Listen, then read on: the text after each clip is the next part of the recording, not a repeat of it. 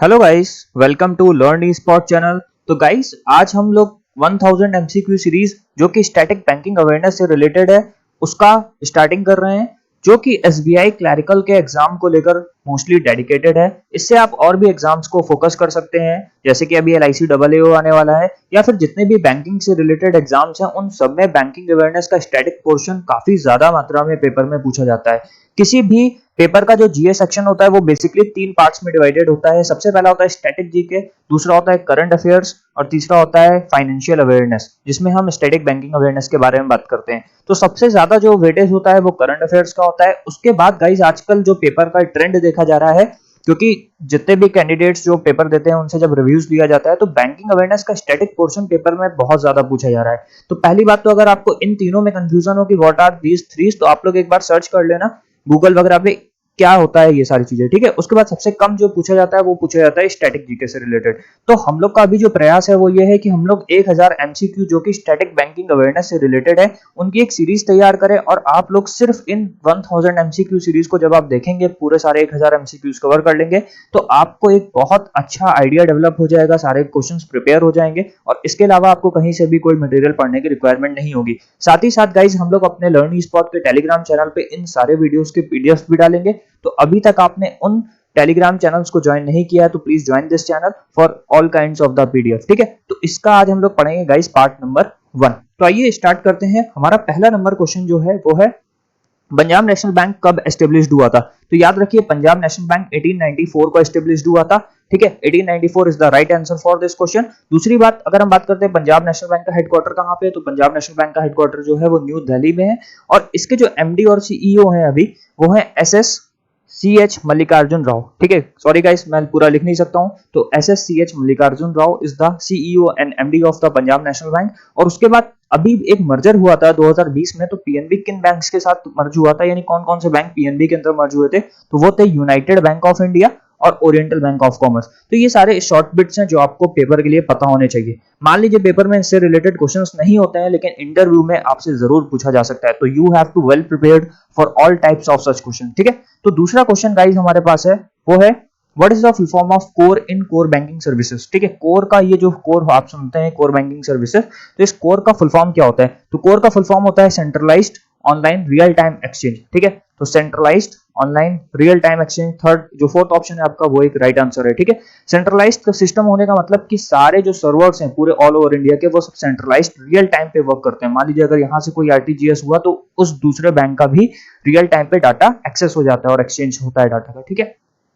तीसरा क्वेश्चन है गाइस, बहुत सिंपल क्वेश्चन है बट स्टिल कंफ्यूजिंग क्वेश्चन होता है अभी भी। Upper limit of the RTGS transaction. तो आरटीजीएस का फुल फॉर्म पहले आप लोग जान लीजिए, रियल टाइम ग्रॉस सेटलमेंट, ठीक है। पेपर में कई बार क्वेश्चन पूछा जाता है कि बताइए जी का फुल फॉर्म क्या है, जी का मतलब क्या है। तो real time gross settlement 2 lakh इसकी मिनिमम लिमिट होती है, और मैक्सिमम क्या होती है? नो लिमिट होती है, ठीक है। तो 2 लाख से लेकर हम लोग कितना कर सकते हैं? नो लिमिट, कोई भी लिमिट नहीं है इसकी, ठीक है। अपर लिमिट कोई नहीं है। उसके बाद नेक्स्ट क्वेश्चन गाइस है हमारे पास, ओपन अनएम्प्लॉयमेंट किसको बोलते हैं? What is known as open unemployment? तो people who willing to work but not get the job, मतलब ऐसे लोग जो काम तो करना चाहते हैं लेकिन उनको काम नहीं मिल रहा है, यानी सेकंड ऑप्शन हमारा है ओपन अनएम्प्लॉयमेंट, ठीक है। नेक्स्ट बात करते हैं हम लोग third question, what is ओमो?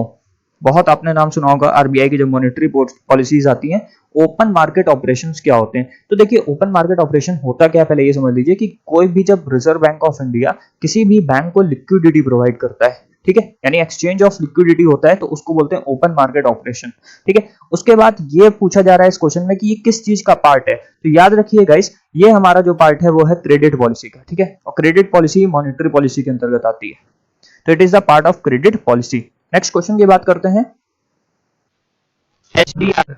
SDR the currency of the IMF is in the form of. तो एसडीआर जो की करेंसी है आईएमएफ की, वो किसके फॉर्म में होती है? तो याद रखिएगा, बुक कीपिंग एंट्री के रूप में ही पाई जाती है, ठीक है। बुक कीपिंग एंट्री होती है एसडीआर की, ठीक है। Statutory drawing rights is the full form of this.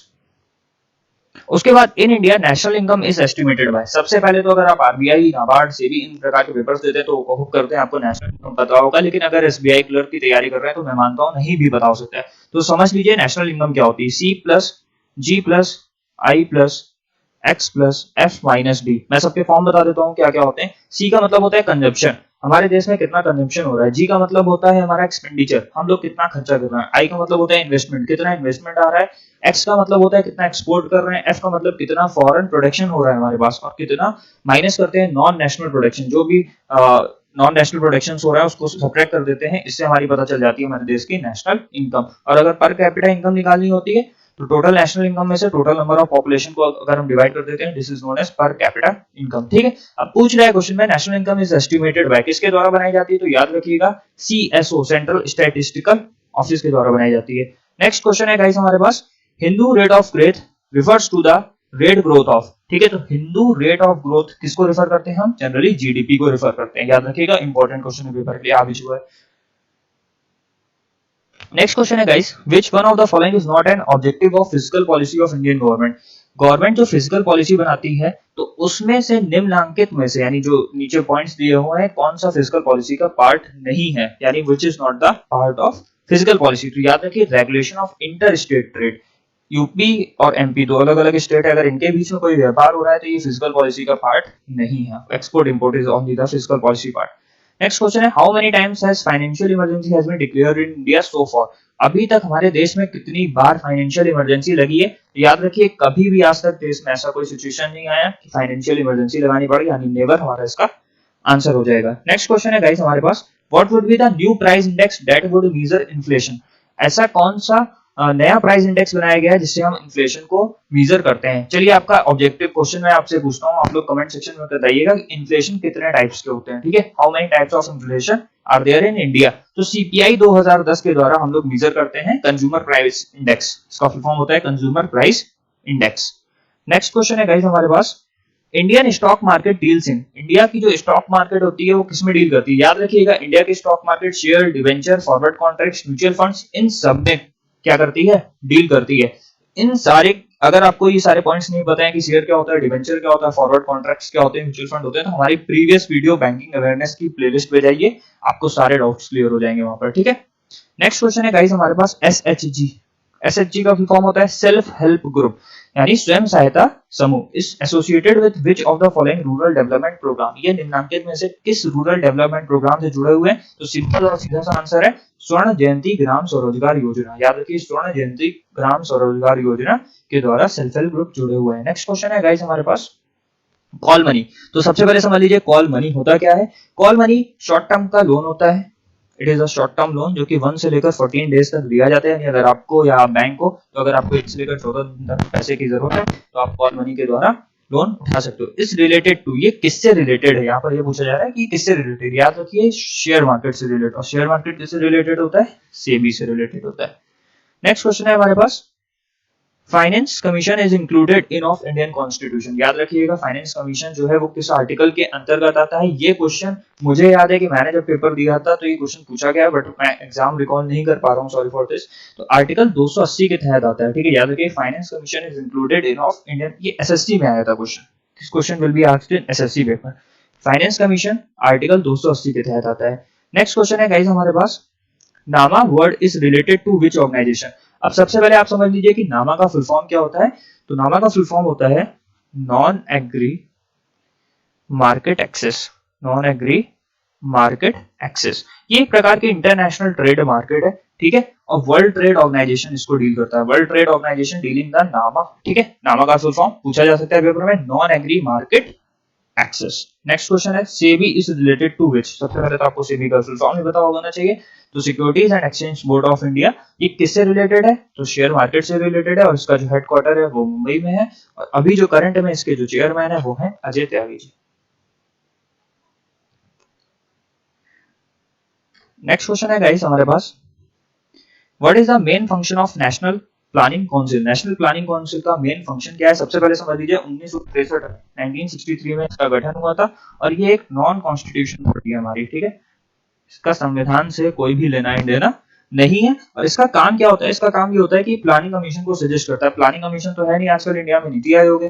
ठीक है, तो इसका भी सजेशन यही करता है national planning council. Next question है हमारे पास, Which of the following services is not provided by the post offices in India?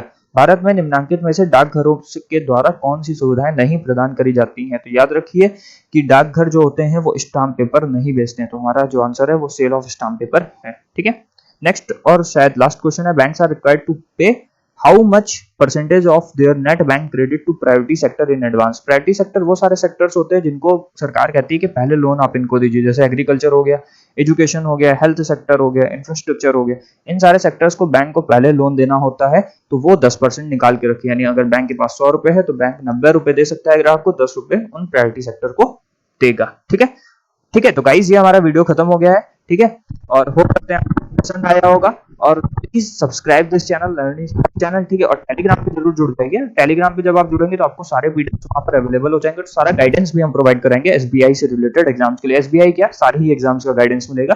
तो प्लीज शेयर दिस चैनल और सब्सक्राइब कर लीजिए, ज्यादा से ज्यादा लाइक करिए। Thank you, God bless you.